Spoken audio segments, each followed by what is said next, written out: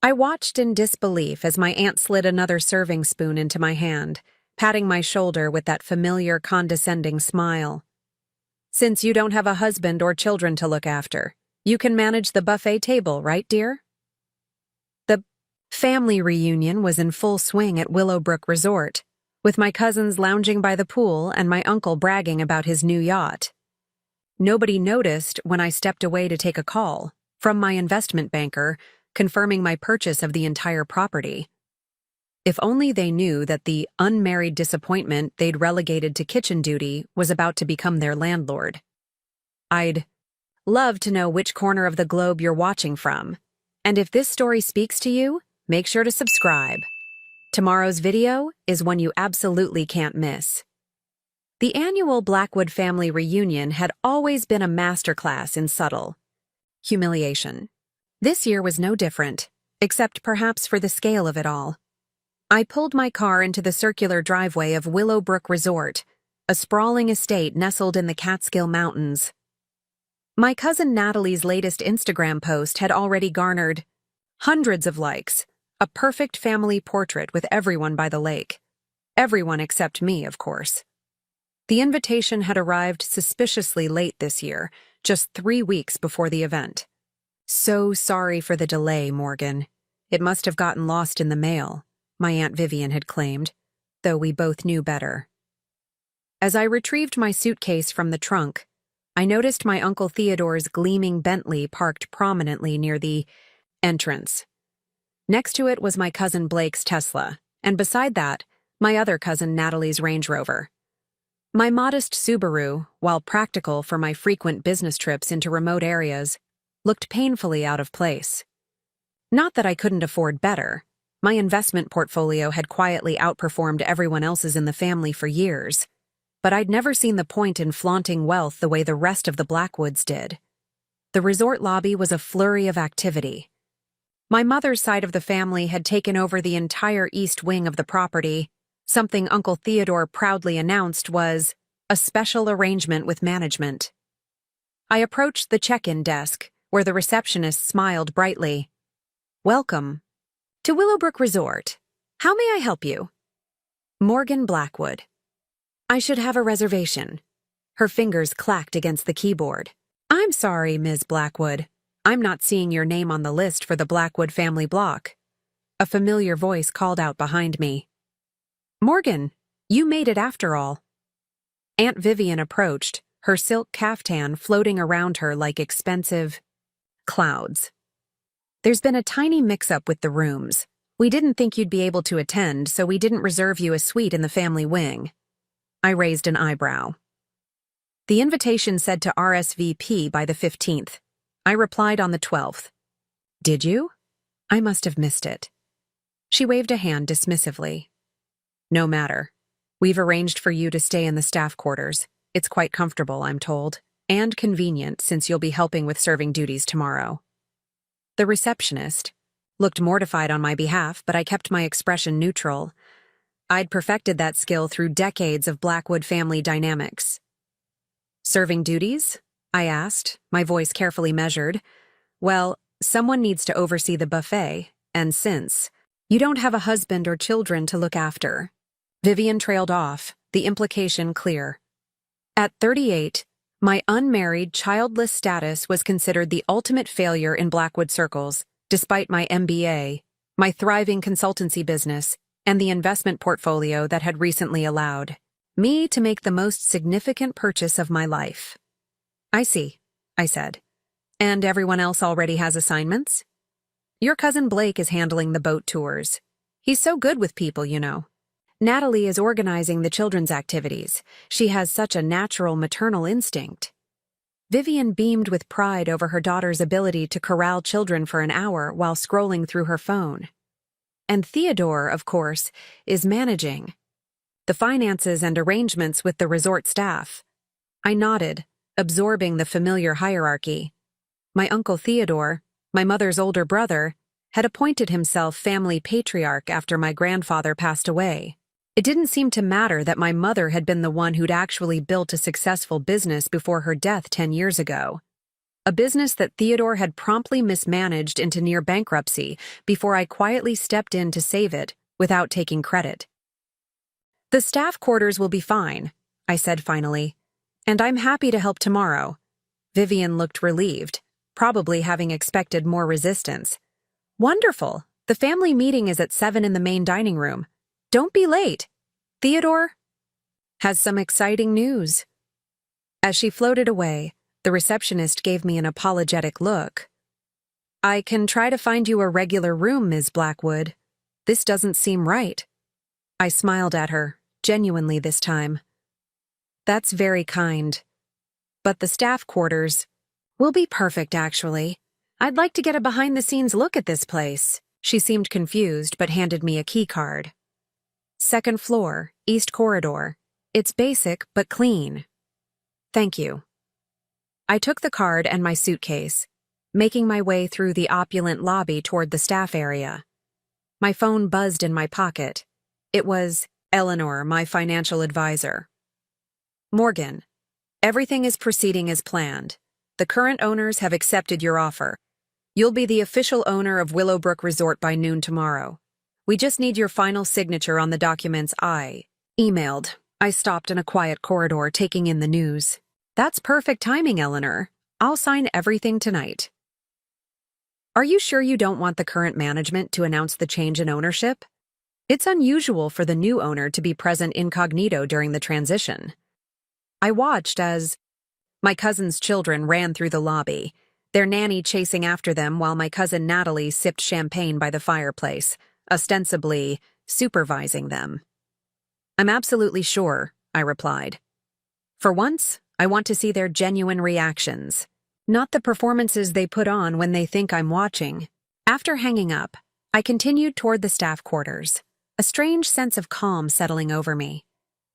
For 15 years since my mother's death, I'd been the family afterthought, useful when they needed my business expertise or a last-minute babysitter, invisible when accolades and recognition were being distributed. Tomorrow, everything will change.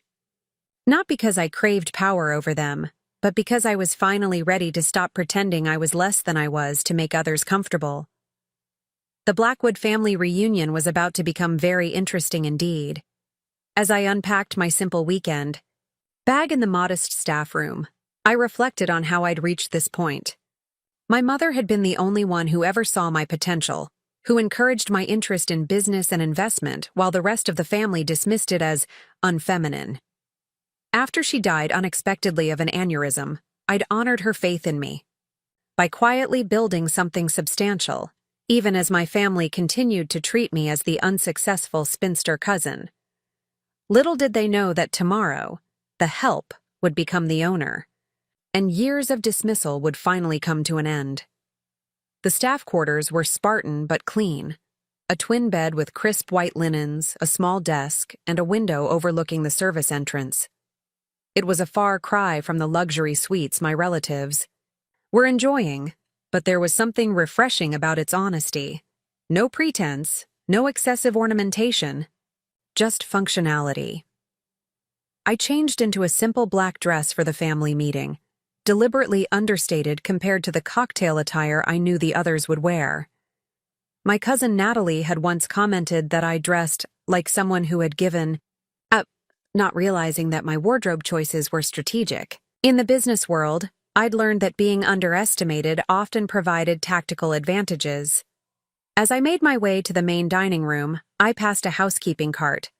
A middle-aged woman with kind eyes was restocking towels. "Excuse me?" I said.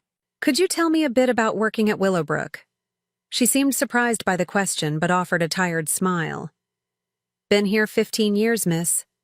It's steady work, though the hours can be long during peak season." "And the management? How are they to work for?" She glanced around before answering. "The current owners are rarely here. It's mostly the general manager, Mr. Harrington. He's fair enough, but this place could use some improvements in how staff are treated." She studied me curiously. "You new? Don't think I've seen you before." "Just curious about the operations," I replied. "Thank you for your insight." The information confirmed what my due diligence had already revealed. Willowbrook was profitable but neglected, with absentee owners who viewed it merely as an investment, rather than a business with real people at its heart. That will be changing soon. The main dining room was a cathedral to excess, with crystal chandeliers reflecting off polished marble floors. Most of the family had already arrived, champagne flutes in hand, dressed in what they considered casual evening wear, which still involved designer labels and jewelry that could fund a small business. Uncle Theodore held court at the center of the room, his booming voice carrying over the conversations. Blake's portfolio is up 17% this quarter. The boy has a gift, just like his old man.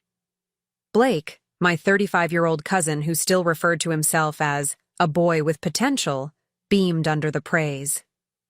What Theodore failed to mention was that Blake's gift included a trust fund and connections that had secured him a position at his father's firm straight out of college. I slipped into the room quietly, but not quietly enough. Morgan. There. You are! Aunt Vivian's voice cut through the chatter. We were beginning to think you'd gotten lost. Conversations paused as heads turned in my direction. I felt the familiar assessment in their gazes, taking in my simple dress, my lack of expensive accessories, the absence of a +1 at my side. The staff quarters are on the other side of the property, I explained, accepting a glass of champagne from a passing server with a grateful smile. Staff quarters. My cousin Natalie's perfectly shaped eyebrows shot up in feigned concern. Vivi, you didn't put Morgan in the staff wing, did you? That's awful. It was a last-minute arrangement, Vivian replied, shooting me a look that dared me to contradict her. Morgan doesn't mind, do you, dear? You've always been so accommodating. The way she said accommodating made it sound like a character flaw rather than a virtue. Before I could respond, Uncle Theodore called for everyone's attention by tapping his knife against his crystal glass. Family, family, gather round. I have an exciting announcement. The Blackwoods assembled in a loose semicircle around Theodore, who stood with the pompous gravity of a small-town mayor, about to unveil a mediocre statue. As you know, this is our 5th year holding the family reunion at Willowbrook Resort. What you may not know is that I've been in discussions with the ownership about possibly investing in this fine establishment. My heart skipped a beat. This was unexpected. The resort has been underperforming financially, Theodore continued, and the current owners are looking for investors to inject some capital. I've put together a family investment opportunity. For those interested, buy-in starts at $50,000. Murmurs of excitement rippled through the group. My cousin Blake was already pulling out his phone, presumably to check his accounts. Think of it, Theodore went on, warming to his subject. Family vacations at our own resort. Profit sharing. A legacy property for the Blackwood name. I sipped my champagne, watching the scene unfold with a mixture of amusement and disbelief. Theodore had no idea that the discussions he'd been having were merely courtesy meetings. The real negotiations had been happening with me, through layers of LLCs and legal representatives to maintain my privacy. What's the projected return? Asked my cousin-in-law Derek, who fancied himself a financial whiz despite having lost a small fortune in cryptocurrency the previous year. Conservatively, 8% annually, Theodore replied with unearned confidence. But with my business acumen and connections, I believe we could push that to 12 or even 15%. I nearly choked on my champagne. Those numbers were pure fantasy based on the resort's current operations model. Morgan, you're in business consulting, aren't you? Blake's wife, Stephanie, turned to me with the vague interest people show when they suddenly remember you exist. What do you think of Uncle Theo's investment opportunity? The room grew quiet. It was rare for anyone to solicit my opinion on financial matters, despite my actual expertise. It's an interesting proposition, I said carefully. Though I'd want to see the full due diligence report before making any decisions. Resort properties can be complex investments. Theodore waved a dismissive hand. Always the cautious one, Morgan. That's why you're still consulting while the rest of us are building real wealth. Sometimes you have to take risks to get rewards. The familiar sting of his dismissal was dulled by the knowledge of what would unfold tomorrow. Let him have this moment, I thought. It wouldn't last long. Speaking of consulting, Aunt Vivian interjected, clearly uncomfortable with even this brief focus on me. Has everyone confirmed their duties for tomorrow's festivities? Morgan, dear, you'll report to the kitchen staff at 7 a.m. to help coordinate the breakfast buffet. And just like that, I was relegated back to the role they were comfortable seeing me in. The helpful spinster cousin who could be counted on for practical tasks while the important family members enjoyed themselves. Of course, I agreed mildly. I'll be there. As the conversation moved on to other topics, I drifted toward the edge of the room. My phone vibrated in my pocket, a text from Eleanor. Final contracts ready for your electronic signature. Congratulations on your new acquisition. I glanced up at my family, all caught up in Theodore's investment fantasy, none of them having the slightest inkling that by this time tomorrow, they would be guests at my resort.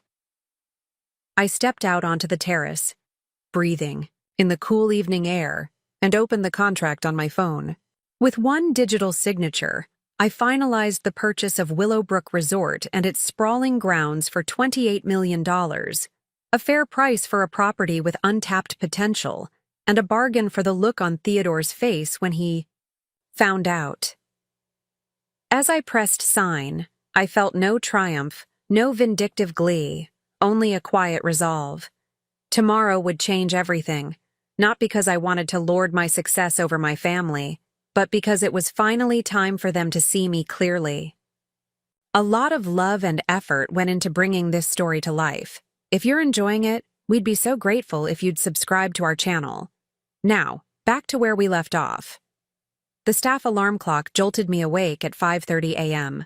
For a moment, I forgot where I was, the utilitarian room a stark contrast to my carefully designed bedroom at home. Reality quickly returned as I heard the sounds of the resort's morning staff beginning their day, hustling down the hallway with their efficient, purposeful footsteps. I showered in the small bathroom, using the basic toiletries provided for staff rather than the luxury products guests received. There was something grounding about this experience, a reminder of what real work looked like behind the polished facade that my family so admired. By 6:45 a.m., I was making my way to the kitchen, dressed in black slacks and a white button-down. I'd packed for the family photo that would inevitably exclude me anyway. The resort was quiet, most guests, including my relatives, still asleep in their plush beds. The kitchen, however, was alive with activity. Cooks prepared breakfast offerings, servers arranged silverware and napkins, and in the center of it all stood a stocky man with salt and pepper hair, who I recognized from my research as Eduardo Vega, the head chef for the past 20 years. "Excuse me," I said, approaching him. "I'm Morgan Blackwood. I believe I've been assigned to help with the breakfast buffet." Chef Vega looked up from the clipboard he was reviewing, surprise evident on his face. "You're with the Blackwood party, yes? The guests who've taken over the East Wing?" "That's right," he frowned. "We don't usually have guests working in the kitchen, Ms. Blackwood. There must be some confusion." "No confusion," I assured him. "My family volunteered my services. Apparently, since I don't have a husband or children to care for, I'm the logical choice to oversee the buffet." Something shifted in his expression. Recognition, perhaps, of the family dynamics at play. He'd likely seen similar situations unfold during his years of catering to wealthy families. "I see." He nodded slowly. "Well, if you're here to help, I won't turn you away. We're short-staffed this weekend anyway." He gestured toward a young woman arranging fruit on platters. "Lucia can show you what needs to be done." Lucia, who couldn't have been more than 20, regarded me with thinly veiled suspicion as Chef Vega made the introduction. "You're really here to work? Not to complain about the temperature of the croissants or something?" I laughed, genuinely. amused by her directness. I'm really here to work. My family thinks it's my proper place. She assessed me for a moment, then handed me an apron. All right then, you can start by arranging these pastries on the display trays. Croissants at the back, danishes in the middle, muffins at the front. For the next hour, I worked alongside Lucia and the other staff, arranging food, refilling coffee urns, and preparing the dining room for the breakfast service. The work was straightforward but demanding, requiring attention to detail and a sense of urgency I recognized from my own business endeavors. As we worked, Lucia gradually warmed to me. So what's your deal anyway? Why does your family think you should be serving them breakfast? I carefully positioned a chocolate croissant on the display. I'm the unmarried, childless one. In their eyes, that makes me less complete. Available for tasks nobody else wants. She snorted. That's messed up. What do you do in real life? When you're not Cinderella to your family? I run a business consultancy, I said, simplifying my portfolio of ventures. I help companies identify inefficiencies and implement solutions. Like this place? She gestured around the kitchen. Because let me tell you, there's plenty to fix. Equipment from the Stone Age, scheduling software that crashes every other day. I listened as she detailed the operational issues plaguing the resort, problems I was already aware of from my due diligence, but hearing them from a frontline employee added valuable perspective. Mental notes accumulated as Lucia spoke, potential improvements I could implement once the ownership transition was complete. At 8 a.m., the breakfast service began. I positioned myself at the main buffet station, ready to assist guests and keep everything replenished. The first wave of diners didn't include any of my family members. They rarely rose before 9:30, considering early mornings beneath them. As I refilled the fruit platter, a memory surfaced unbidden. My mother, the only Blackwood who'd ever truly supported me, standing in our kitchen teaching me to make her special cinnamon rolls. Pay attention to details, Morgan, she'd said, showing me how to roll the dough with precision.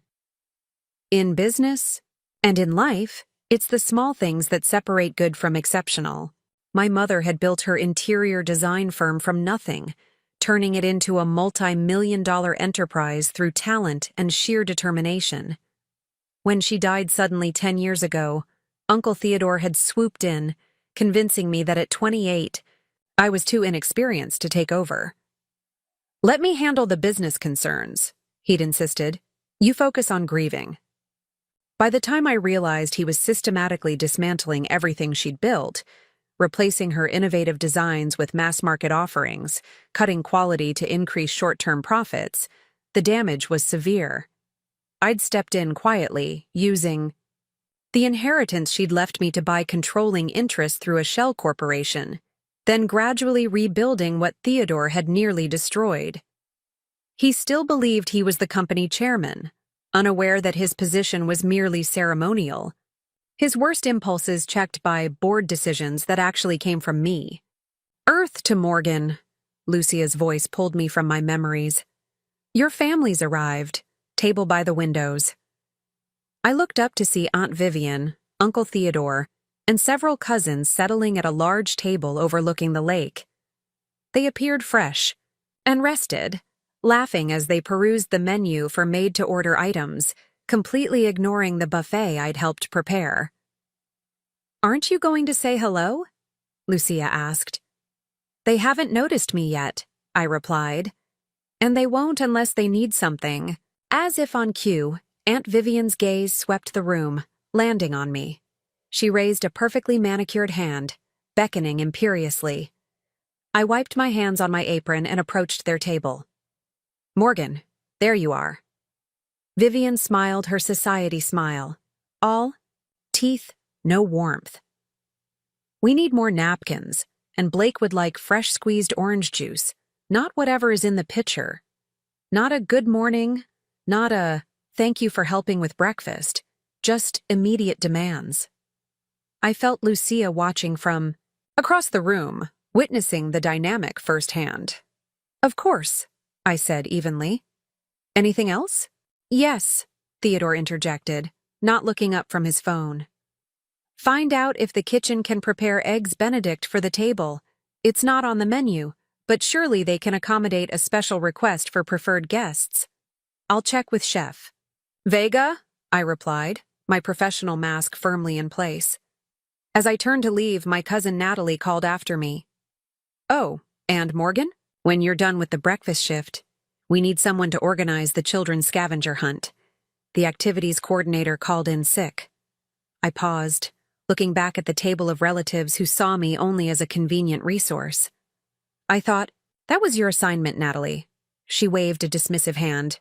I have a spa appointment at 11. You don't mind, do you? It's not like you have other plans. In just a few hours, I would be revealed as the new owner of this entire resort, with the power to drastically change their experience here. Yet in this moment, they still saw me as nothing more than the family errand girl. I'll see what I can do, I said, walking away with the knowledge that very soon, everything would change. After breakfast service ended, I retreated to the staff break room for a much-needed cup of coffee. My hands smelled of maple syrup and cleaning solution, an honest day's work before most of my relatives had even properly started their morning. Through the small window, I could see guests gathering. On the lawn for various activities, my cousin Blake was preparing to lead the promised boat tours, though preparing seemed to consist mainly of posing for photos that his wife would undoubtedly post with some caption about entrepreneurial leadership. You survived breakfast.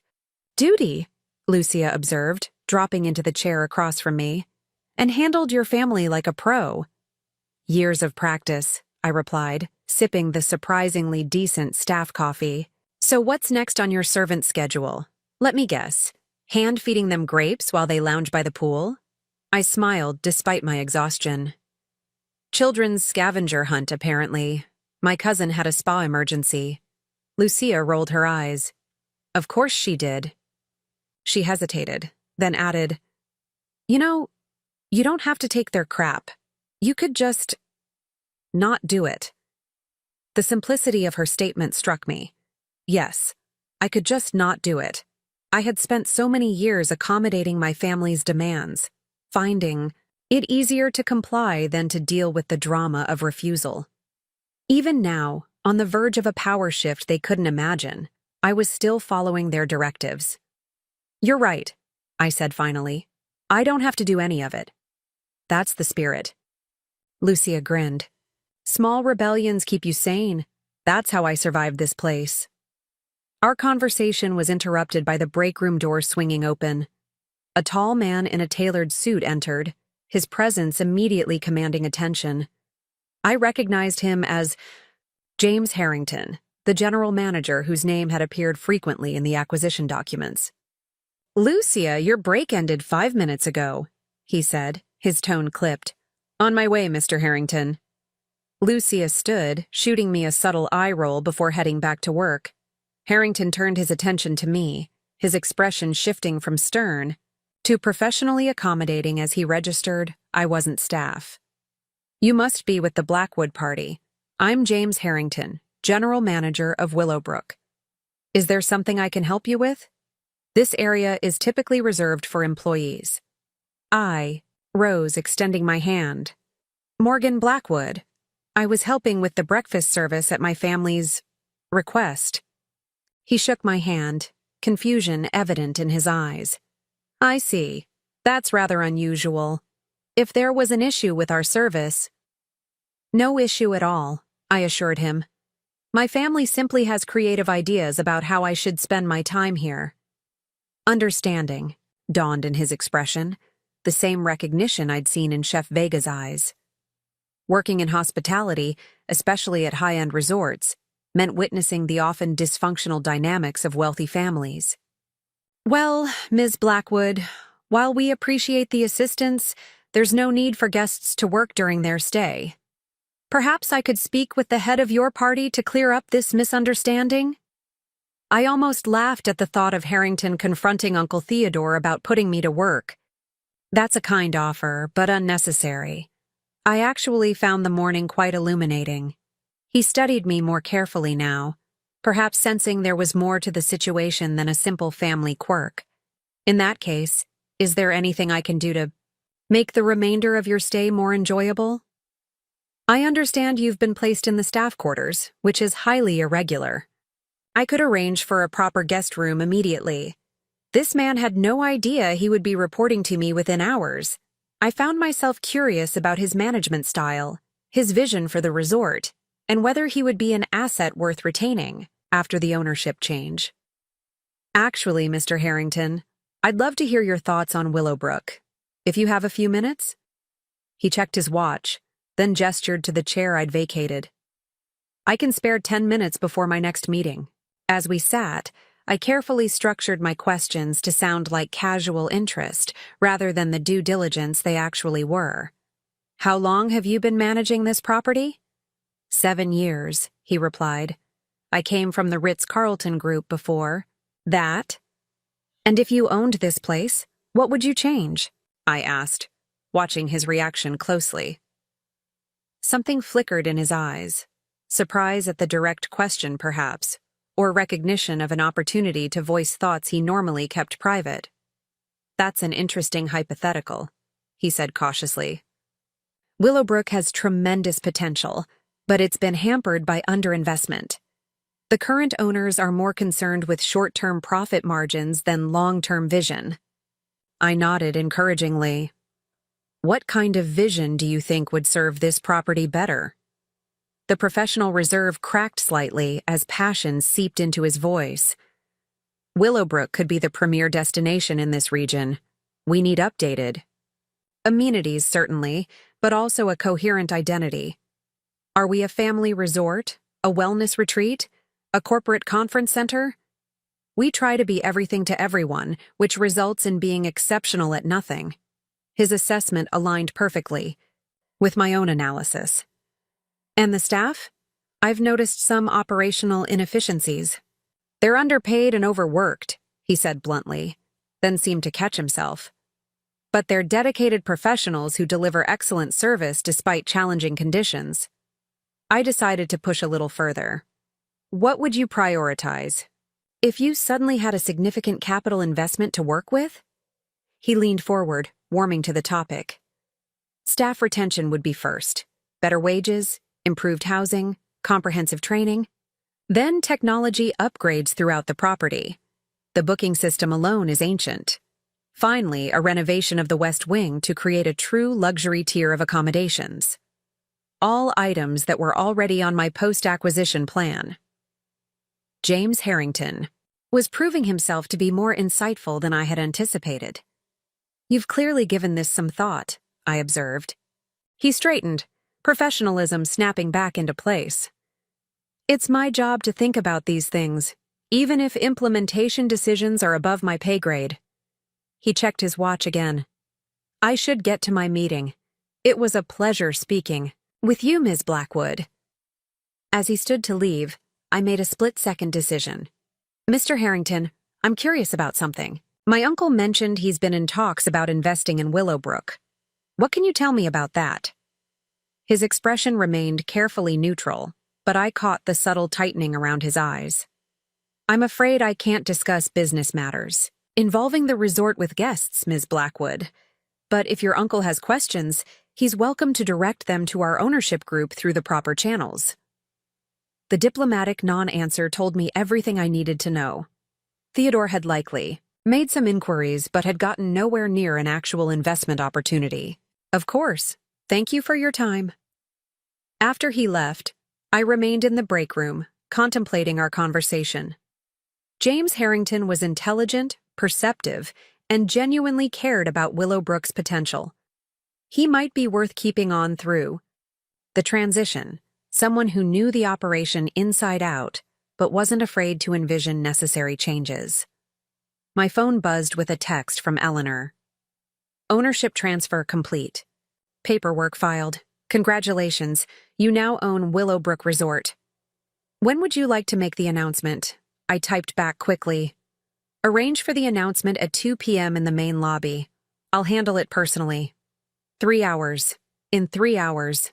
The power dynamic that had defined my relationship with my family for decades would be irreversibly altered, not out of vengeance, but necessity.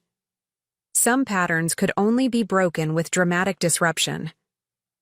I left the break room and headed toward the Children's Activity Center. I had a scavenger hunt to organize before my world changed forever. The Children's Activity Center was a cheerful space filled with primary colors and craft supplies. 8 of my cousins' children, ranging in age from 4 to 12, were already there, their faces displaying varying degrees of boredom and impatience. The youngest, my cousin Blake's daughter Emma, brightened when she saw me. "Aunt Morgan," she called, running over to hug my legs. "Are you doing the treasure hunt with us? Mommy said you would." I felt a pang of affection for Emma, who at 4 years old hadn't yet absorbed the family's dismissive attitude toward me. "That's the plan," I confirmed, bending down to her level. "But first, I need you all to help me create the clues." This unconventional approach was met with immediate interest from the children, who were delighted to be co-conspirators rather than just participants. For the next hour, we crafted riddles and drew maps, creating a scavenger hunt that would lead them around the safer areas of the resort grounds. As we worked, 12-year-old Tyler, Natalie's oldest, looked at me curiously. "Mom says you don't have a real job. Is that true?" The bluntness of children never failed to surprise me. "What do you think a real job is, Tyler?" He shrugged. "Dad goes to an office and makes lots of money. Mom says you just help people with stuff." "I do help people with stuff," I acknowledged. "I help businesses figure out how to work better, and sometimes I invest in companies that I think have potential." "Do you make money?" he pressed, with a child's directness. I smiled. "Yes, I do." "Then why does Mom say you're not successful?" Out of the mouths of babes. I chose my words carefully, aware of the other children listening. "Sometimes adults have different ideas about what success looks like. Your mom and I have different definitions." Tyler seemed to consider this seriously. "I think if you make money and you're not mean, that's successful." I laughed. "That's a pretty good definition, Tyler." Our conversation was interrupted by the arrival of Aunt Vivian, who swept into the activity center in her designer resort wear, sunglasses perched on her head despite being indoors. "Morgan, there you are. Theodore has been looking everywhere for you." I glanced at my watch. It was nearly noon, 2 hours before my scheduled announcement. "I've been right here, organizing the scavenger hunt as requested." Vivian waved a dismissive hand. "Well, you need to find him immediately. He's by the pool. Something about the investment opportunity. Apparently there's been a development." My heart quickened. Had Theodore somehow gotten wind of the ownership transfer? That seemed impossible. I'd been meticulously careful with the confidentiality agreements. "I'll find him after we finish the scavenger hunt," I replied, gesturing to the children who were still working on their clues. Vivian's expression hardened. "Morgan, this is an important family business. Surely these activities can wait." I felt something shift inside me, a tectonic plate of patience finally giving way after years of pressure. "Actually, Vivian, I promised the children I'd help. Them. That's a commitment I intend to honor." She blinked, clearly unprepared for resistance. "I don't think you understand. Theodore says it's urgent." "What I understand," I said evenly, "is that I was assigned this task because my time was deemed less valuable than Natalie's spa appointment. Now that it suits the family for me to be elsewhere, suddenly the children's entertainment is unimportant." The children had gone quiet, sensing the tension between adults. Emma slipped her small hand into mine in a gesture of solidarity that nearly broke my composure. Vivian lowered her voice to a harsh whisper.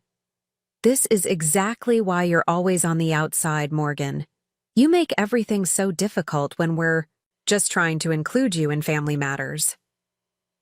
The irony of her statement, claiming they were trying to include me while simultaneously treating me as disposable, crystallized everything that was wrong with our family dynamic. "I'll find Theodore after the scavenger hunt," I repeated, my voice calm but firm. "The children have been waiting patiently, and they deserve the activity they were promised." Vivian's face flushed with anger. "Fine. Have it your way. But don't complain later when you're excluded from important family decisions." She turned on her heel and stalked out, leaving a wake of expensive perfume and indignation. Tyler whistled low. "Wow, Aunt Morgan, you stood up to her." I realized all the children were staring at me with something like awe. It occurred to me that they probably rarely witnessed adults in their family standing firm against Vivian's imperious demands. "Sometimes," I told them, "it's important to keep your promises, even when it would be easier not to." We finished creating the scavenger hunt, and I spent the next hour guiding the children through the resort as they solved riddles and followed clues to hidden treasures, small toys and candy I'd quickly purchased from the gift shop. Their excitement and genuine enjoyment were a refreshing contrast to the calculated social performances of their parents. As we concluded the activity, the children dispersed to their respective parents who were lounging by the pool. I spotted Uncle Theodore in deep conversation with several other family members, gesturing emphatically about something. When he saw me, he beckoned urgently. For a moment, I considered ignoring him as I had Vivian, but curiosity won out. I approached the group, noting the unusual level of agitation. "Morgan, finally," Theodore huffed. "Where have you been? I've been trying to reach you all morning." "I was running the children's scavenger hunt," I replied. "As assigned," he dismissed, this with an impatient wave. "Never mind that.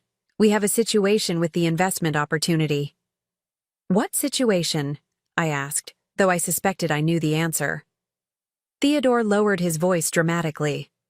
"I've just been informed that someone else has purchased Willowbrook, right out from under us. After all the discussions I've had with management, some outsider swooped in and bought the entire property." I maintained a neutral expression with effort. "That's unfortunate." "Unfortunate?" Theodore sputtered. "It's outrageous. It's underhanded." I had a verbal understanding with the ownership group that we would have first right of consideration. This was news to me, and almost certainly a fabrication born of Theodore's inflated sense of his own importance. The sellers had never mentioned any such arrangement during our negotiations. "Perhaps there was a miscommunication," I suggested mildly. "There was no miscommunication," he insisted. "This was corporate espionage, plain and simple. Someone must have gotten wind of our interest and deliberately interfered." My cousin Blake, his father's son, nodded vigorously. "We should consult with our attorneys. There could be grounds for a lawsuit." The absurdity of the situation, them plotting litigation against me without knowing it, was almost too much to bear. I checked my watch. 1:15 p.m. 45 minutes. Until the announcement. "When did this happen?" I asked, curious about how the information had reached them. "The sale was finalized this morning," Theodore said grimly. "Harrington told me himself, though he claims not to know who the buyer is. Said they used some anonymous LLC to hide their identity. So Harrington had maintained confidentiality. Good. To know." "And what does this mean for the reunion?" I asked, playing my role as the practical one. "Nothing changes for this weekend," Theodore said. "But I've called an emergency family meeting at 2 p.m. to discuss our options. This could have been a significant opportunity for the Blackwood portfolio." 2 p.m., the exact time scheduled for the ownership announcement. The cosmic timing couldn't have been more perfect if I'd orchestrated it myself. "I'll be there," I promised, suppressing a smile. This is one family meeting I wouldn't miss for the world. I retreated to my staff quarters to prepare for the 2 p.m. meeting. This moment, the revelation of my ownership, required careful consideration. I wasn't interested in a dramatic, vindictive unveiling designed to humiliate my family. That wasn't the point of this acquisition. But I did want the truth to have impact, to create the disruption necessary for real change. I changed into a sleek charcoal pantsuit, the only piece of designer clothing I'd brought, tailored perfectly to my frame. It was my armor for important business negotiations, conveying competence and authority without flashiness. I added my mother's simple pearl earrings, a reminder of what she had built and what I had preserved despite Theodore's mismanagement. At 1:45, I made my way to the main lobby where both events, Theodore's emergency family meeting and my ownership announcement, were scheduled to take place. The resort staff were already setting up a small podium and microphone under Harrington's direction. Nearby, my family was gathering in a private seating area, their expressions ranging from irritation to excitement at the drama unfolding. "There, you are?" Natalie called, eyeing my outfit with surprise. "Why are you so dressed up? It's just a family meeting." "I had a business call scheduled for later," I lied smoothly. "Thought I'd be prepared." "Business on a family weekend?" she scoffed. "Seriously, Morgan, it's like you're trying to be excluded sometimes." I let the comment slide, settling into a chair at the periphery of the group. Theodore was at the center, naturally, holding court with his theories about the mysterious buyer. "It has to be the Wainwright Group," he was saying confidently. "They've been trying to establish a foothold in this region for years." "Why all the secrecy, though?" Blake's wife Stephanie asked. "If it's a legitimate business acquisition, why hide behind anonymous LLCs? Tax purposes, most likely," Theodore declared with the confidence of someone who had once read a Wall Street Journal article about corporate taxation. Or perhaps they didn't want to alert other potential investors and drive up the price. Hid a smile. The anonymity had nothing to do with taxation and everything to do with preventing exactly this kind of speculation before I was ready to reveal myself. As the family discussion continued, I noticed James Harrington approaching. He nodded politely to the group before addressing me directly. "Ms. Blackwood, may I speak with you privately for a moment?" All conversation ceased as my relatives stared in confusion. Why would the resort manager need to speak with the family? Underachiever? "Of course," I replied, rising to follow him a short distance away. Once out of earshot, Harrington spoke quietly. "I've just been informed that you're the representative designated to make the announcement on behalf of the new ownership. Is that correct?" Eleanor had done her job well, maintaining the veil of secrecy until the last possible moment. "That's correct," I confirmed. "I'll be making the announcement at 2 p.m. as planned." His eyes widened slightly, professional reserve momentarily slipping. "I see, that's unexpected. Your family seems quite invested in this matter." "They are," I agreed, "which is why I'd appreciate it if you could ensure they remain here for the announcement. It concerns them directly." He studied me with new interest. "May I ask what your relationship is to the new owner?" I allowed myself a small smile. "That will be made clear during the announcement, Mr. Harrington." He nodded, accepting the non-answer. "Very well. We're set to begin in 10 minutes. The podium is prepared whenever you're ready." As he walked away, I turned to find my family watching me intently. "What was that about?" Theodore demanded. "Why is Harrington speaking to you about resort business?" "We'll all find out shortly," I replied, glancing at my watch. "It appears there's going to be an announcement about the new ownership at 2 p.m. "How? Do you know that?" Aunt Vivian asked suspiciously. I shrugged. "Harrington just mentioned it." Theodore frowned. "Well, this is convenient timing. Perhaps we'll learn who this mysterious buyer is and can approach them directly about our investment." Interest. At precisely 2 p.m., the lobby began to fill with resort staff and curious guests. Harrington stepped up to the podium, tapping the microphone to get everyone's attention. "Good afternoon, ladies and gentlemen. Thank you for joining us for this special announcement. As some of you may have heard, Willowbrook Resort has recently undergone a change in ownership. I'd like to introduce the representative of the new ownership group, who will share some information about the transition and future plans for the property." He gestured toward me, and I rose from my seat. The confused murmurs from my family were, audible as I walked confidently to the podium. From the corner of my eye, I could see Theodore's face contorted in confusion. Natalie was whispering frantically to her husband.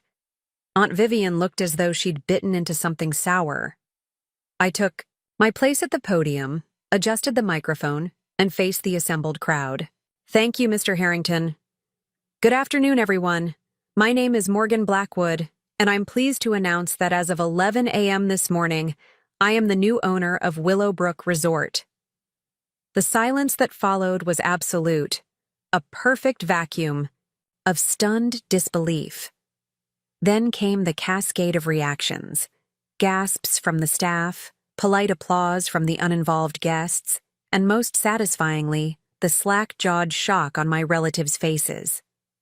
This acquisition represents the beginning of an exciting new chapter for Willowbrook, I continued, my voice steady and professional. I believe in this property's potential and am committed to investing in its future, its facilities, and most importantly, its people. I outlined a brief vision for the resort: improved staff accommodations, updated technology, renovated guest facilities, and a renewed commitment to exceptional service. As I spoke, I could see the staff's expressions shifting from surprise to cautious optimism. Lucia, standing near the back, was grinning broadly. Chef Vega nodded thoughtfully at my mention of kitchen upgrades. I want to assure all guests, I said, looking directly at my family, that this transition will not disrupt any current stays. All existing reservations and arrangements will be honored, including group bookings like family reunions. Throughout my speech, I maintained my professional demeanor, never once acknowledging the personal significance of this moment or the family drama unfolding in the front row. This wasn't about revenge. It was about reclaiming my narrative. In closing, I look forward to working with the exceptional team here at Willowbrook to create memorable experiences for all our guests. Mr. Harrington will continue as general manager, ensuring a smooth transition. Thank you for your attention.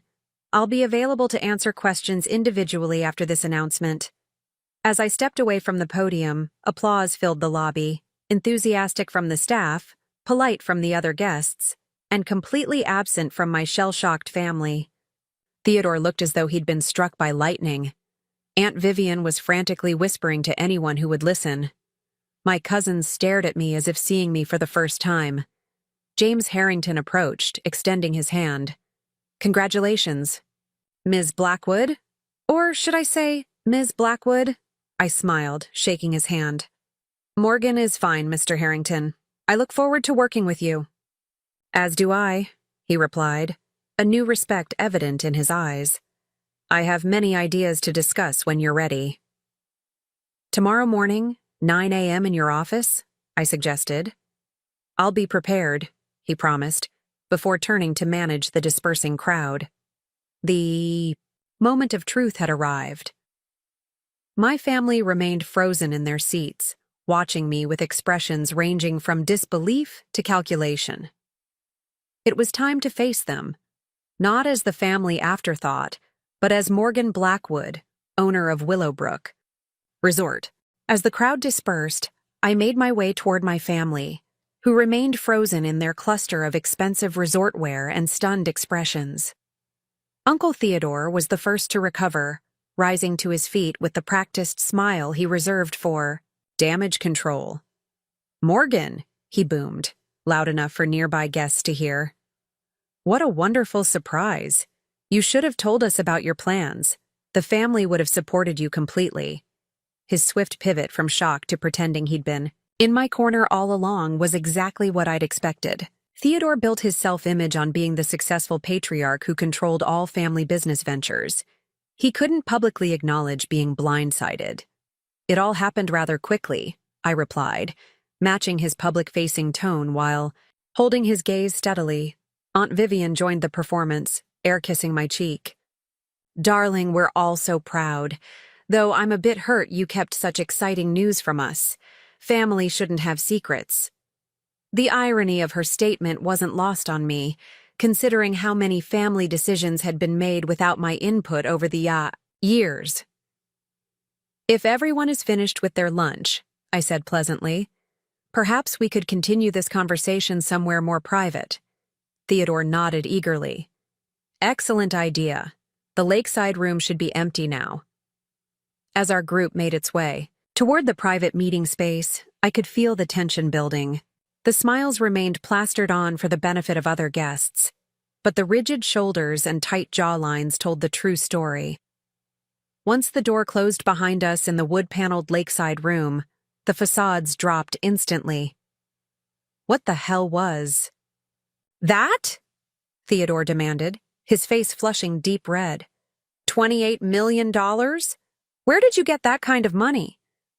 Aunt Vivian sank into a chair, fanning herself dramatically. I feel faint. This doesn't make any sense. My cousins hovered uncertainty, caught between shock and rapidly recalculating their relationship with me in light of this development. I remained standing, hands clasped calmly in front of me.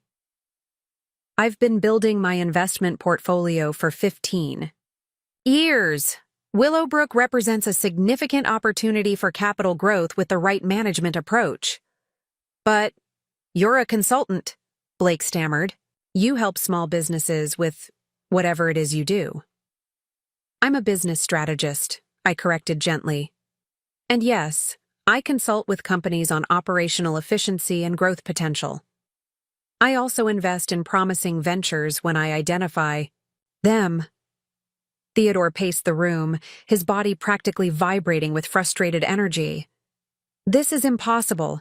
You can't have that kind of capital. Your mother left you some money, certainly, but nothing approaching this level. The mention of my mother was deliberate, a reminder that whatever I had accomplished began with her legacy. It was typical Theodore, subtly undermining my achievement. My mother taught me well, I acknowledged. She believed in reinvesting profits and taking calculated risks. I've followed her example successfully. And you never thought to include your family in this opportunity? Theodore challenged. After everything we've done for you? The audacity of his question caught me off guard. After everything they'd done for me? Like relegating me to staff quarters? Assigning me serving duty at a family gathering? Consistently treating me as less valuable than my cousins? What exactly have you done for me, Uncle Theodore? I asked quietly. He blinked, unprepared for the direct question. We've always included you in family matters. Keep you connected to the Blackwood name and legacy. Connected to the Blackwood name, I repeated, but not included in the Blackwood privileges, not considered for the Blackwood opportunities you've created for Blake and Natalie. That's different, he blustered. They're your children, I finished for him. Yes, I'm aware. And I'm just your niece, the daughter of your sister who built the company you've been running into the ground for the past decade. A shocked silence fell over the room. I had never spoken so bluntly before, had never named the dynamics so explicitly. How dare you? Aunt Vivian whispered. After we took you in? Took me in? I laughed softly, genuinely amused by the rewriting of history. I was never taken in, Vivian. I had my own home, my own life. What you did was tolerate my presence at family gatherings while making it abundantly clear I was an outsider. Natalie, who had been uncharacteristically quiet, finally spoke up. You're being dramatic, Morgan. No one excluded you. You excluded yourself with your constant focus on work and your peculiar lifestyle choices. My peculiar lifestyle choices, I echoed. You mean building financial independence instead of marrying for status and security? Her cheeks flushed.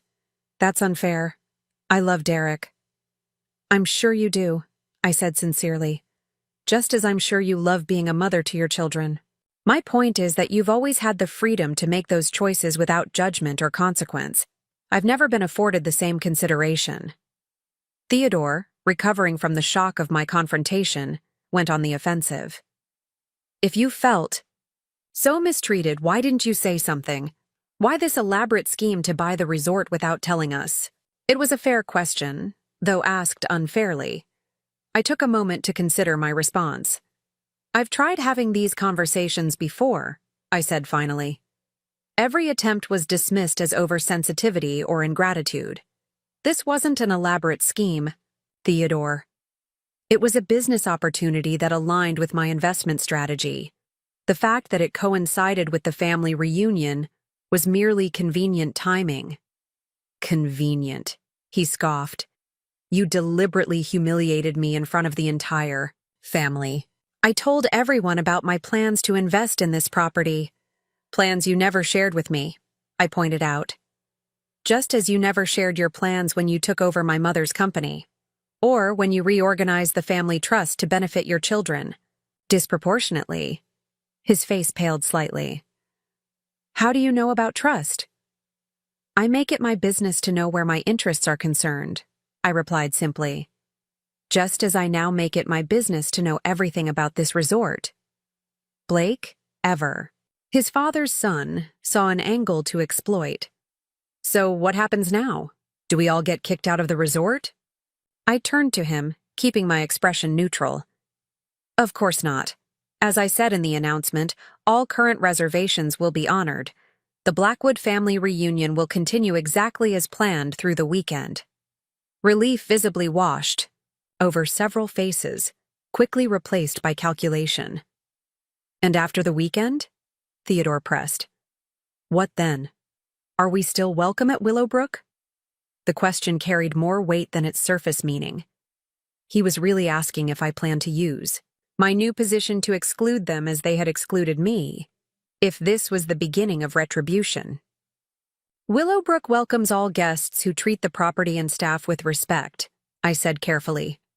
The Blackwood family included, though I should mention that the staff quarters will no longer be offered as guest accommodations. Even for my family, the pointed reminder of how they'd treated me hung in the air between us. This isn't over, Morgan, Theodore said, his voice low and tense. You may own this property, but you can't buy your way into... Into what? I interrupted. Family acceptance? You're right, I can't. Nor do I want to anymore. I stopped seeking your approval years ago, Theodore. I just never stopped hoping you might see me clearly someday. For a moment, something flickered. In his eyes. Perhaps recognition. Perhaps regret. But it was quickly shuttered behind his familiar mask of authority. We'll discuss this further when tempers have cooled, he announced, as if he still had the power to dictate terms. The family. We'll reconvene after dinner. Without waiting for my response, he strode from the room, Vivian hurrying after him. My cousins lingered awkwardly, clearly unsure where they now stood with either Theodore or me. Natalie approached cautiously. Morgan, I never realized you felt so excluded. Her tentative olive branch might have moved me once. Now I recognized it for what it was, a tactical adjustment to changed circumstances rather than genuine empathy. I know, I said simply. That's rather the point. As they filtered out of the room, I remained behind, letting the confrontation settle around me. It hadn't gone exactly as I'd imagined, but it had accomplished what was necessary. For the first time, I had named the family dynamics openly and honestly, without cushioning my truth to protect their feelings. I wasn't naive enough to think one conversation would change ingrained patterns of behavior. But it was a start, the beginning of a new chapter, where I would no longer contort myself to fit the narrow space they'd allocated for me in the family portrait. After the confrontation with my family, I needed space to breathe. I made my way to the lakefront, finding a secluded bench beneath a weeping willow. The water lapped gently at the shore, a soothing rhythm that helped calm my racing thoughts. I had imagined this moment for weeks. The revelation, the confrontation, the shift in power dynamics. The reality had been both more and less dramatic than I'd anticipated. More in the raw emotion that had surfaced, less in the immediate impact on my family's behavior. They were still processing, adjusting their strategies rather than truly reflecting on the patterns I'd named. My phone buzzed with texts and emails, most related to the acquisition. I ignored them for now, allowing myself a rare moment of stillness. The weight of years, of being overlooked, underestimated, and marginalized within my own family, seemed to press on me differently now. Not lighter exactly, but more evenly, distributed, as if I was finally strong enough to carry it without bending. Mind if I join you? I looked up to find my younger cousin Zoe standing a few feet away. At 26, she was the youngest of Theodore's nieces and nephews, the daughter of his younger brother who had moved abroad years ago. Zoe visited the States rarely, making her attendance at this reunion unusual. Please, I gestured to the space beside me. She sat, tucking her legs beneath her in a casual pose that contrasted with the careful way most of the family carried themselves. Zoe had always been different, more artistic, less concerned with the Blackwood legacy of wealth and status. I'd always felt a kinship with her, though our interactions had been limited by geography and circumstance. That was quite a show in there, she said after a moment of companionable silence. Not my intention, I admitted. I didn't buy Willowbrook to create drama. No? She raised an eyebrow. Not even a little bit? I laughed softly, appreciating her directness. Maybe a little bit, but mostly it was a sound business decision. The resort has potential that the previous owners weren't developing. She nodded, watching a heron glide low over the water. Uncle Theodore looked like he was going to have an aneurysm. It was magnificent. Zoe, I chided, though I couldn't suppress a smile. What? He deserved it. She turned to face me fully. You know, I've always wondered why you put up with it. The way they treat you. The question caught me off guard with its bluntness. Family is complicated. It doesn't have to be this complicated, she countered. My dad figured that out. That's why he moved to Barcelona. I considered this. My uncle Jacob had indeed escaped the family dynamics by putting an ocean between himself and Theodore. It had worked for him, but it hadn't been my path. I didn't. Want to leave? I said finally. This is my home too, and there were things I needed to protect. Like your mom's company, Zoe said, surprising me again. You know about that? She nodded. Dad told me. He said Aunt Catherine built something amazing, and Theodore nearly destroyed it after she died. He also said someone mysterious stepped in to save it, though he never knew who. She studied me with new understanding. That was you, wasn't it? I hesitated, then nodded. I'd never discussed my behind-the-scenes role at Catherine Blackwood Designs with anyone in the family. How did you manage that without Theodore knowing? Shell companies, proxy investors, carefully placed board members, I explained. It wasn't easy, but it was necessary. That company was my mother's legacy. I couldn't let him run it into the ground with his get-rich-quick strategies. Zoe whistled low. You've been playing chess while they thought you were playing checkers. Something like that, I agreed. She was quiet for a moment, then asked, What about the trust? Dad mentioned something about Theodore rearranging things after Grandpa died. The family trust was restructured to benefit Theodore's direct line. Disproportionately, I confirmed. It wasn't illegal. He had the authority as trustee. But it wasn't what our grandfather intended. And you just accepted that? I smiled enigmatically. I focused on building my own wealth rather than fighting over the trust. It seemed more productive. And now you own a multi-million-dollar resort while Uncle Theodore is having a meltdown. In the executive suite? Zoe grinned. I'd say your strategy worked out. We lapsed into comfortable silence, watching the lake shimmer in the afternoon sun. After a while, Zoe spoke again, her tone more serious. For what it's worth, I think you did the right thing. Standing up to them, I mean. Someone had to break the pattern. Her words touched me more deeply than I expected. Thank you. Dad will be sorry he missed it, she added. He always said you were the only one who inherited Aunt Catherine's business. Sense. Before I could respond, my phone buzzed with a text from Lucia. The family patriarch is storming around the lobby looking for you. Just FYI. I sighed, showing the message to Zoe. Round 2? She asked. Apparently. She stood, offering me her hand. Want reinforcements? I make an excellent human shield. I laughed, accepting her help up from the bench. I appreciate the offer, but this is something I need to handle myself. Fair enough. She squeezed my shoulder. But if you need an ally there, look for me. Some of us have always seen you clearly, Morgan, even if we were too far away to say so. As Zoe walked back toward the main building, I felt a surprising lightness in my chest. I had been so focused on Theodore and his immediate family that I'd overlooked potential allies within the extended Blackwood clan.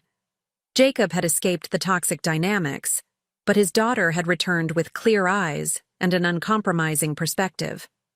Perhaps there were others who saw the truth as well. My phone buzzed again, this time with a message from James Harrington. The management team would like to formally welcome you when you're available. We're gathered in the executive conference room. Perfect timing.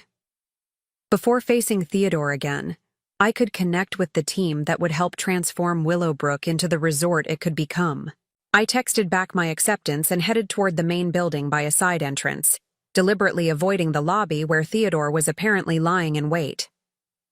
As I walked, I found myself reimagining the family dynamics not as a binary, Theodore's inner circle versus me, but as a spectrum of relationships that could potentially be realigned now that the power balance had shifted. Zoe was clearly an ally. Young Tyler had shown a genuine curiosity about my work. Even Natalie had seemed momentarily receptive to reconsidering our relationship. For the first time, I allowed myself to hope that this weekend might lead to more than just a dramatic confrontation.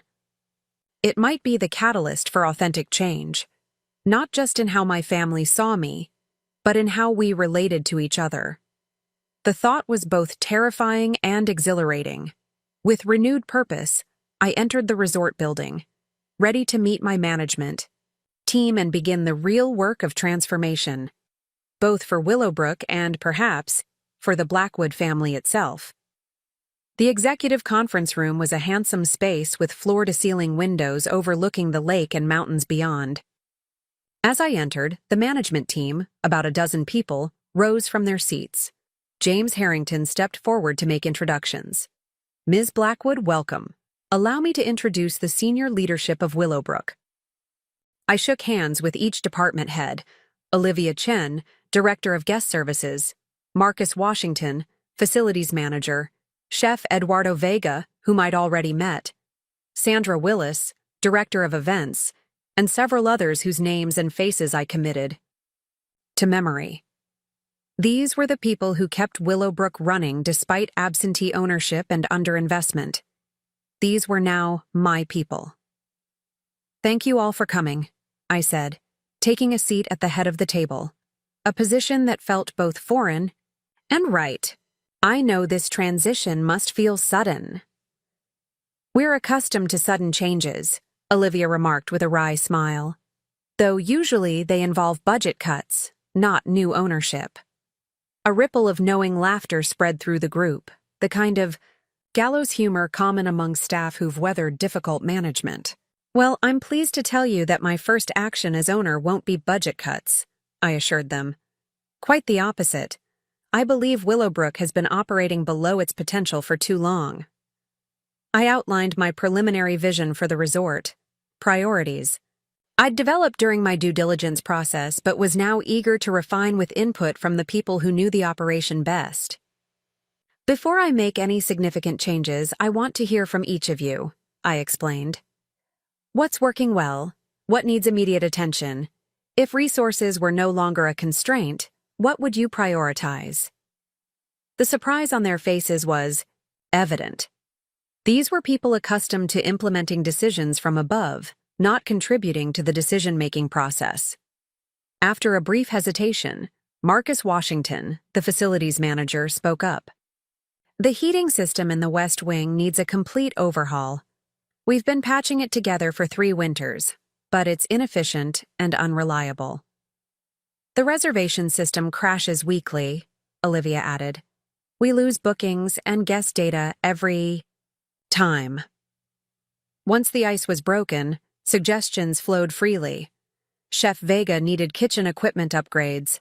Sandra Willis wanted to renovate the ballroom to attract higher-end weddings and events. Each department had urgent needs that had been deprioritized by owners focused solely on short-term profit extraction. I listened carefully, taking notes and asking clarifying questions. These weren't frivolous requests. They were necessary investments to make the resort functional and competitive. The previous owners had been taking without giving back, a pattern that felt uncomfortably familiar. "Thank you all for your candor," I said when they had finished. "I can't promise that every issue will be addressed immediately, but I can promise that we'll create a strategic investment plan together. Willowbrook deserves better than it's received." The relief in the room was palpable. These were dedicated professionals who cared about their work but had been hamstrung by ownership that didn't share their commitment. "There's something else I'd like to discuss," I continued. "The staff accommodations." James Harrington shifted uncomfortably. "Yes, they're admittedly below standard. The previous owners didn't see staff housing as a priority. I spent last night in the staff quarters," I told them. "It was educational." Surprise registered on several faces. "My family assigned me to the staff wing," I explained, allowing myself a small smile. "They didn't consider me important enough for a guest suite." The awkward silence that followed was broken by Chef Vega's hearty laugh. "No wonder you were so good at arranging pastries this morning. I thought you were surprisingly skilled for a guest." "My hidden talents," I agreed, appreciating his ability to lighten the moment. "In any case, the staff accommodations will be our first major renovation project. The people who make Willowbrook function deserve decent living conditions." The mood in the room shifted subtly. I could sense their recalibration, their reassessment of who I was and what my ownership might mean for them. As the meeting concluded, each department head promised to send detailed proposals for their most urgent needs. We agreed to reconvene in a week for a more structured planning session. James Harrington walked me out. "That was unexpected," he admitted. "Most owners I've worked with start by looking for ways to cut costs, not increase investment." "I'm not most owners," I replied simply. "Willowbrook is a long-term investment for me, not a short-term profit vehicle." He nodded thoughtfully. "Your family seemed quite shocked by the announcement earlier." "They were," I confirmed, not elaborating. "Further, if you don't mind my asking," he said carefully, "why did they put you in staff quarters? It seems unusual." I considered how much to share with this man who was now a key part of my management team. Transparency seemed the wisest approach. "My family has always seen me as auxiliary," I explained. "The unmarried, childless woman whose primary value is in supporting others rather than having inherent worth of her own. Assigning me to staff, quarters and kitchen duty was perfectly aligned with that perception." Understanding dawned in his eyes. "And now you own the resort where they're staying." "Life has a certain poetry sometimes," I agreed. Before he could respond, we rounded a corner and nearly collided with my Uncle Theodore, who was clearly lying in wait. "There you are," he boomed, his false joviality strained at the edges. "We've been looking everywhere for you, Morgan." James Harrington straightened, his demeanor shifting smoothly into professional mode. "Mr. Blackwood, how can we help you?" "This is a family matter," Theodore said dismissively. "Morgan and I need to speak. Privately. Mr. Harrington and I were discussing resort business," I replied calmly. "Perhaps we could speak later, Uncle Theodore." Theodore's face flushed.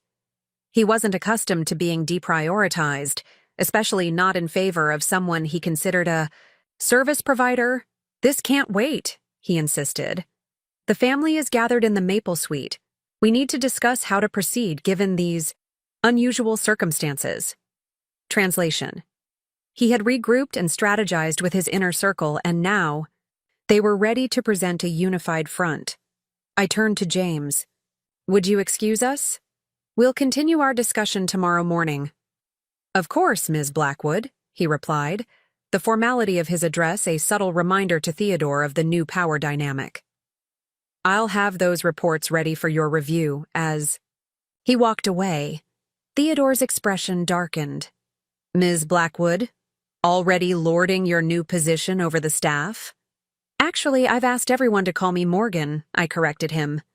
Mr. Harrington was being respectful in front of a guest.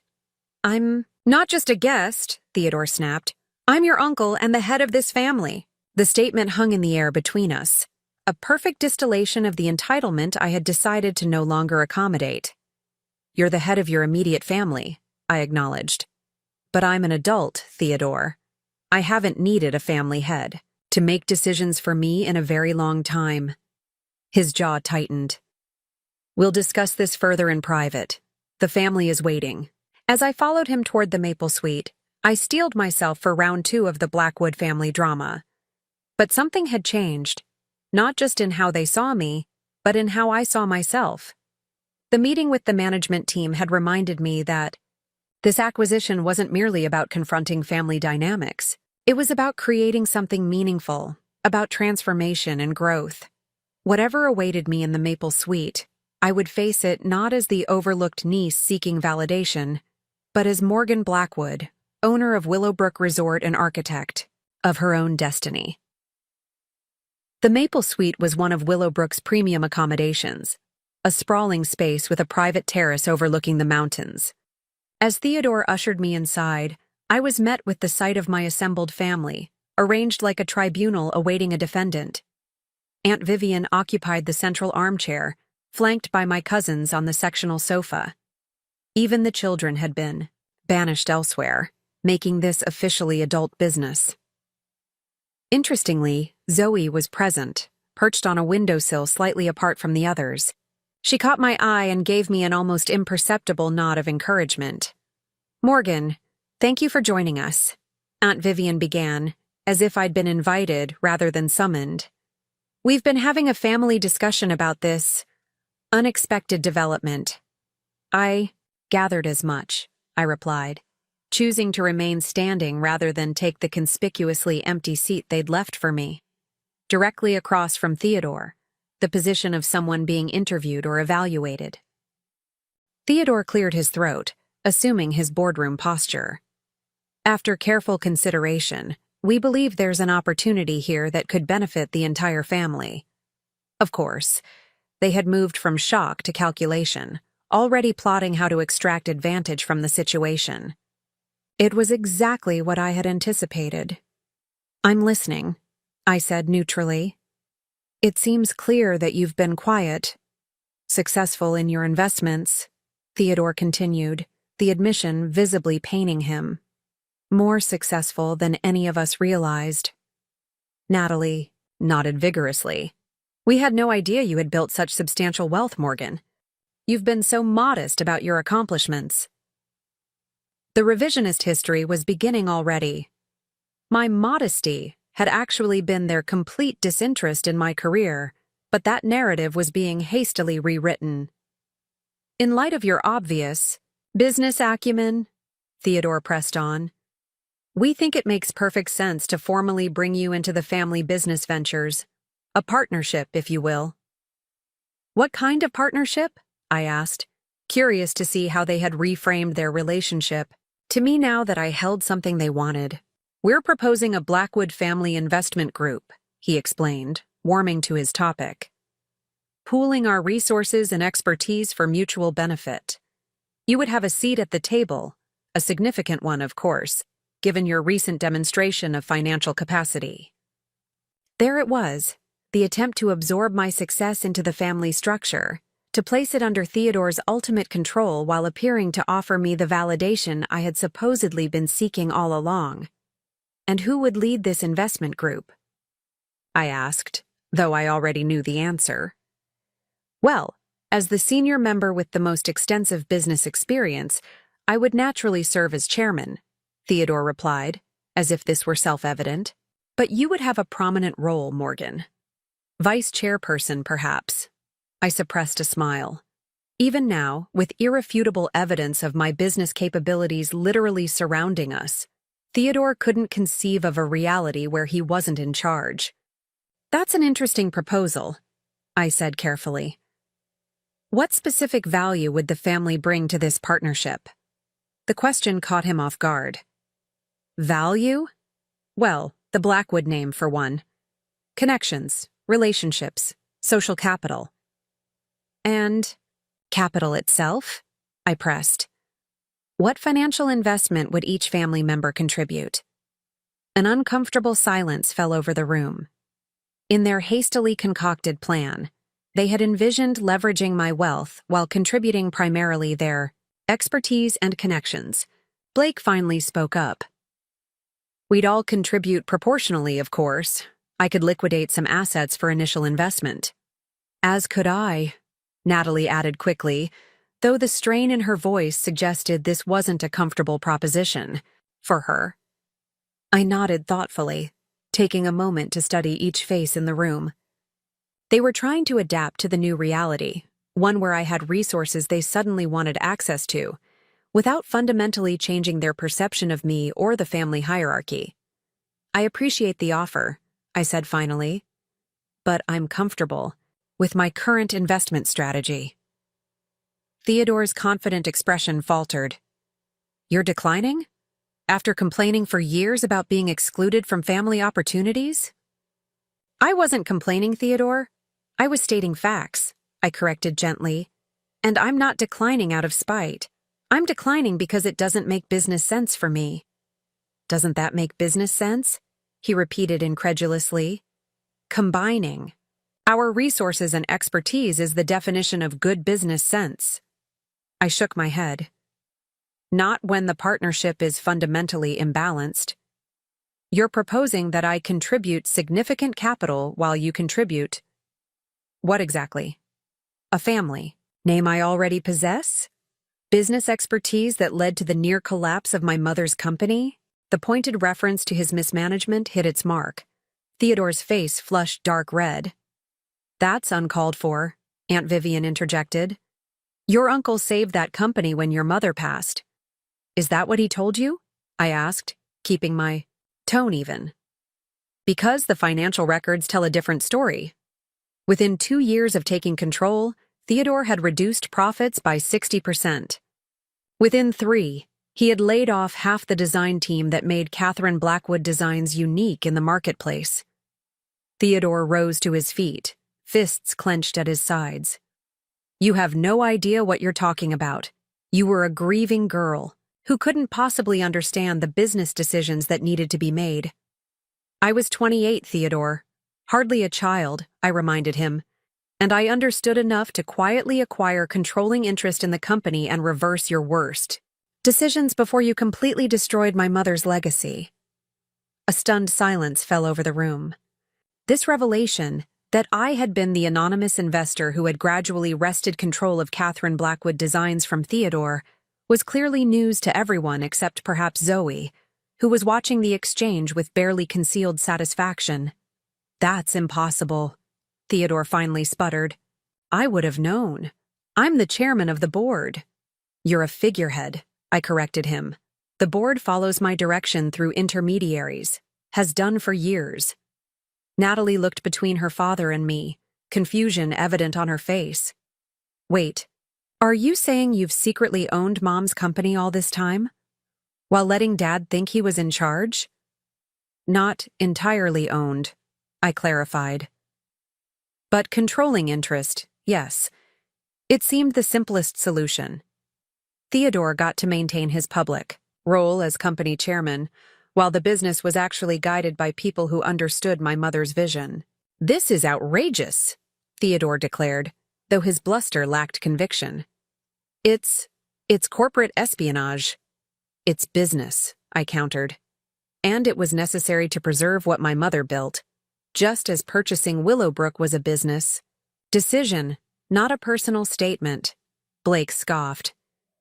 You expect us to believe you bought this resort with no thought to how it would affect the family? Come on, Morgan. Nobody's that detached. I considered his question seriously. I won't pretend I didn't appreciate the timing, but I didn't buy Willowbrook to make a point or to humiliate anyone. I bought it because it's a sound investment with significant potential for appreciation under the right management. From her, perched by the window, Zoe finally spoke. I believe her. Not everything is about this family, despite what some of you seem to think. Theodore shot her a withering glance. You've been here 5 minutes, Zoe. You don't understand the dynamics at play. Maybe that gives me a clearer perspective, she countered. Because from where I'm sitting, it looks like Morgan made smart business moves that benefited both her mother's legacy and her own portfolio, while the rest of you were too busy assuming she had nothing to offer. The tension in the maple suite was palpable. Theodore remained standing, his authority visibly crumbling as years of carefully maintained family mythology collapsed around him. The revelation about Catherine Blackwood Designs had clearly shocked everyone. Not just the fact that I had quietly outmaneuvered Theodore, but that I had been capable of doing so without any of them noticing. This changes nothing, Theodore finally declared, though his voice lacked conviction. The family investment group is still the most sensible path forward. For whom? I asked quietly. The simple question hung in the air. For years, family decisions had benefited Theodore's immediate circle while marginalizing others. The proposal to incorporate my resources into a structure he controlled was merely a continuation of that pattern. Unexpectedly, it was Blake's wife Stephanie who broke the uncomfortable silence. Perhaps we should consider a different approach. All eyes turned to her with surprise. Stephanie had always been a peripheral figure in family discussions, deferring to Blake, who in turn deferred to Theodore. What kind of approach? Aunt Vivian asked warily. Stephanie straightened, seeming to gather courage. Maybe instead of trying to fold Morgan's success into existing family structures, we should be asking what we can learn from her. She's clearly built something substantial on her own terms. The suggestion that they might learn from me rather than simply absorb my achievements was revolutionary in this context. A subtle shift rippled through the room. Confusion, consideration, and in Theodore's case, visible resistance. That's ridiculous, he scoffed. Morgan has been fortunate in some investments, certainly, but the idea that she has expertise the rest of us lack is demonstrably true, Natalie interrupted, surprising everyone, including herself. She flushed as attention turned to her, but continued. Dad, be reasonable. Morgan bought a $28 million resort without any of us having a clue she had that kind of capital. And apparently she's been running Mom's company for years while letting you believe you were in charge. She turned to me with newfound respect. That's kind of badass, Morgan. The unexpected compliment from my typically dismissive cousin left me momentarily speechless. Theodore looked as though he'd bitten into something sour. Let's stay focused, he insisted. The point is to determine how we move forward as a family given these new circumstances. I think that's exactly what we're discussing, Zoe countered. The circumstances being that Morgan has been systematically underestimated and sidelined despite clearly possessing exceptional business acumen. Theodore's patience visibly frayed. Enough. This isn't about Morgan's feelings or past grievances. This is about practical next steps. He turned to me, attempting to reassert control. Morgan, regardless of how we got here, we need to address the immediate situation. The family is gathered at a resort you now apparently own. What do you intend to do about that? The question carried unspoken fears. Was I planning to evict them? To publicly humiliate them? To exact some form of revenge for years of dismissal? As I said earlier, nothing changes for this weekend, I assured him. The family reunion will continue as planned. You're all welcome guests at Willowbrook. Relief flickered across several faces, though Theodore remained suspicious. And after this weekend? Willowbrook welcomes all guests who respect the property and staff. I repeated my earlier statement. My ownership doesn't change your ability to visit in the future, though I'd suggest making reservations well in advance. We'll be implementing some changes that I expect will make the resort quite popular. And the family business ventures? Theodore pressed. Catherine Blackwood Designs? The trust arrangements? Do you plan to continue your behind-the-scenes manipulations? The accusatory tone might have intimidated me once. Now, it merely highlighted how thoroughly Theodore was missing the point. I plan to continue making sound business decisions, I replied evenly. The company will proceed under its current management structure, which has restored it to profitability. As for the trust, that's a separate conversation that can wait for another day. Theodore opened his mouth to protest further, but Aunt Vivian placed a restraining hand on his arm. I think we all need time to process these developments, she said, her social instincts finally overriding her loyalty to Theodore's position. Perhaps we should reconvene for dinner as planned and continue discussions tomorrow when emotions aren't so heightened. It was a graceful exit strategy, offering everyone a chance to save face and regroup. Even Theodore recognized the wisdom of retreat, though he clearly didn't like it. Fine, he conceded. Dinner at 7, as scheduled. In the meantime, I suggest everyone consider what's truly best for the family moving forward. As the impromptu summit disbanded, family members filed out of the Maple Suite with varying expressions: confusion, resentment, curiosity, and in a few cases, a newfound respect when they glanced my way. Theodore left without another word, Vivian hurrying after him. Blake and his wife followed, deep in hushed conversation. Natalie lingered, uncharacteristically hesitant. Morgan, she began, then faltered. I never realized. That is, I always thought you were just the family spinster, I supplied, not unkindly. She had the grace to look embarrassed. Something like that. I'm starting to think I've been wrong about a lot of things. We all have our blind spots, Natalie. She nodded, seeming to struggle with unfamiliar humility. Maybe we could have coffee tomorrow. Just us? I'd like to hear more about what you've been building all these years. The olive branch was unexpected but not unwelcome. I'd like that, I agreed. After she left, only Zoe remained, grinning broadly. Well, that was better than any reality show I've ever seen. I couldn't help laughing. Not exactly how I planned to spend my weekend. Plans are overrated, she declared, hopping down from her windowsill perch. So what now, resort magnate? Going to redo the staff quarters and gold fixtures? Rename the place Morgan's Revenge? Nothing so dramatic, I assured her. Though I am going to improve the staff accommodations considerably. They deserve better than what they've had. Zoe studied me thoughtfully. You really did buy this place as a business investment, didn't you? Not just to stick it to Uncle Theodore. I really did, I confirmed, though I won't pretend the timing wasn't satisfying. She linked her arm through mine as we walked toward the door. You know what I think? I think Aunt Catherine would be incredibly proud of you. Not just for the business success, but for finally standing in your truth without apology. Her words touched something deep within me. The part that still, after all these years, wondered what my mother would think of the woman I had become. I hope so. I know so, Zoe insisted. Now, I believe you own a bar on the premises. How about you buy your favorite cousin a drink while you tell me exactly how you pulled off this corporate ninja move without anyone noticing? As we walked through the resort, my resort, I felt a curious sense of peace settling over me. The confrontation had been necessary, but it wasn't the end of the story.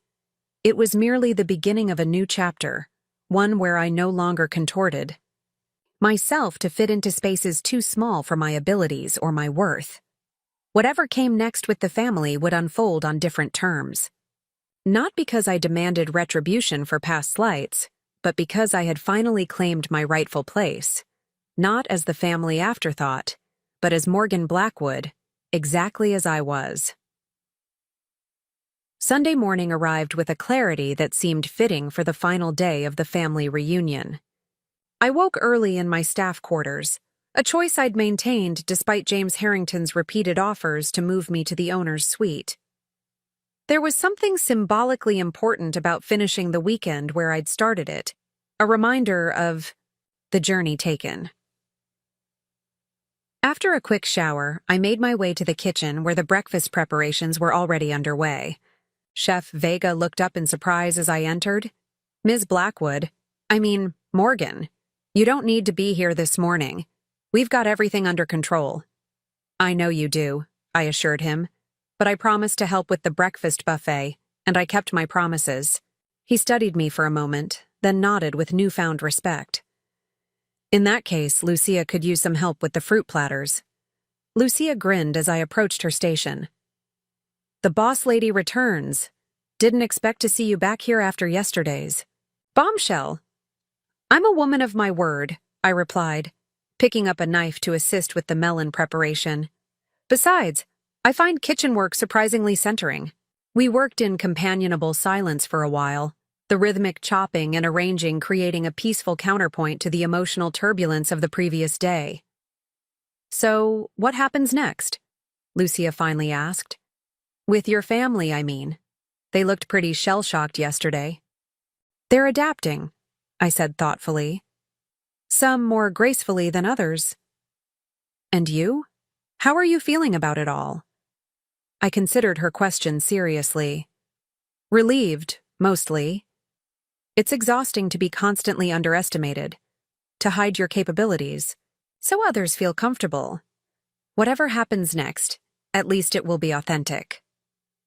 The breakfast service proceeded smoothly, though with a markedly different dynamic than before. My family arrived in small groups rather than their usual unified. Front Theodore and Vivian came first, subdued and watchful. Theodore nodded stiffly in my direction, but made no move to approach the buffet I was maintaining. Natalie and her husband appeared next, their children in tow. To my surprise, Natalie directed her family to my station. "Good morning, Morgan," she said, her usual brisk tone softened with uncertainty. "The fruit display looks lovely." "Thank you," I replied. "The berries are particularly good this morning." Tyler, her oldest, looked between us with the keen perception of children. "Mom said you own this whole place now. Is that true, Aunt Morgan?" "It is," I confirmed. "Cool." He grinned. "Does that mean we get free ice cream?" I couldn't help laughing. "The ice cream bar opens at noon. 1 serving per person, owner's family or not." He seemed satisfied with this answer and moved along the buffet. Natalie lingered. "We're still on for coffee later?" she asked tentatively. "Absolutely." "The Lakeside Cafe at 2?" She nodded, relief evident in her expression. "I'll be there." As breakfast service wound down, I spotted James Harrington entering the dining room, scanning the space until he found me. He approached with purpose, a leather portfolio tucked under his arm. "Good morning, Morgan. I have the preliminary reports you requested for tomorrow's planning meeting." "Thank you, James. Let's review them in your office after the breakfast service concludes." He hesitated, then lowered his voice. "There's something else you should know. Your uncle, Mr. Blackwood, has requested a private meeting with me this morning. I believe he's exploring options to extend the family's stay beyond the original reservation." I nodded, unsurprised. Theodore would naturally try to assert some control over the situation by dealing directly with management rather than coming to me. "How did you respond?" "I told him that all special arrangements would need the owner's approval," James replied with the faintest hint of a smile. He didn't seem pleased. I imagine not. "Thank you for handling it professionally." After the breakfast shift ended, I changed into more business-appropriate attire for my meeting with James. As I exited the staff wing for what would likely be the last time, I nearly collided with my cousin Blake. "Morgan," he said, seeming flustered to find me emerging from what he still considered servants' quarters. I've been looking for you. Here I am, I replied simply. What can I do for you, Blake? He shifted uncomfortably. I've been thinking about what you said yesterday, about sound business decisions and legitimate partnerships. I wondered if, that is, I was hoping we might discuss some potential collaboration. Not the family investment group Dad proposed, but something more. Equitable. His choice of words, equitable rather than equal, caught my attention. Perhaps Blake was more perceptive than I'd given him credit for. I'm open to hearing ideas, I said. Why don't you put together a proper proposal? Something with projections, risk analysis, and clear value propositions from both parties. He brightened visibly. I can do that. I've actually been working on some concepts I think have real potential, but Dad always says they're too experimental for Blackwood Investments. For a moment, I glimpsed a different Blake. Not the echo of Theodore I'd always perceived, but someone with his own suppressed ideas and ambitions. Send me the proposal when it's ready, I told him. I'll give it serious consideration. As the day progressed, I moved between worlds, meeting with James about operational improvements, having coffee with Natalie where we began the tentative process of redefining our relationship, and checking in with the staff who were still adjusting to the idea of an owner who had worked alongside them. By late afternoon, most of the family was preparing to depart. I found myself on the front portico, watching as luggage was loaded and goodbyes were exchanged. Zoe approached, her backpack slung casually over one shoulder. Quite a weekend, she observed. Not the usual Blackwood family drama. Decidedly, not, I agreed. Dad's going to be sorry he missed it. I've been texting him updates. Hope you don't mind. Not at all. I'd like to reconnect with Jacob. It's been too long. She nodded. He said the same thing. Also said he always knew you'd shake things up someday. She glanced toward where Theodore was supervising the loading of his expensive luggage into his Bentley. Think Uncle Theo will ever recover? Theodore adapts when necessary, I replied. His perception of me has been fundamentally altered, and that will require adjustment. But he's nothing if not practical. As if sensing our attention, Theodore looked our way. After a moment's hesitation, he approached, his expression carefully neutral. Morgan, the family will be departing shortly. I hope you've enjoyed your stay at Willowbrook, I replied with professional courtesy. He cleared his throat. It was illuminating.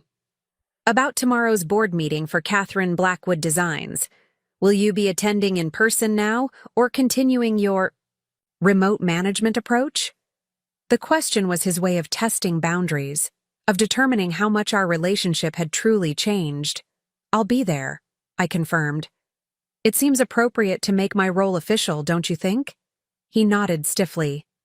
I'll have Marjorie update the agenda.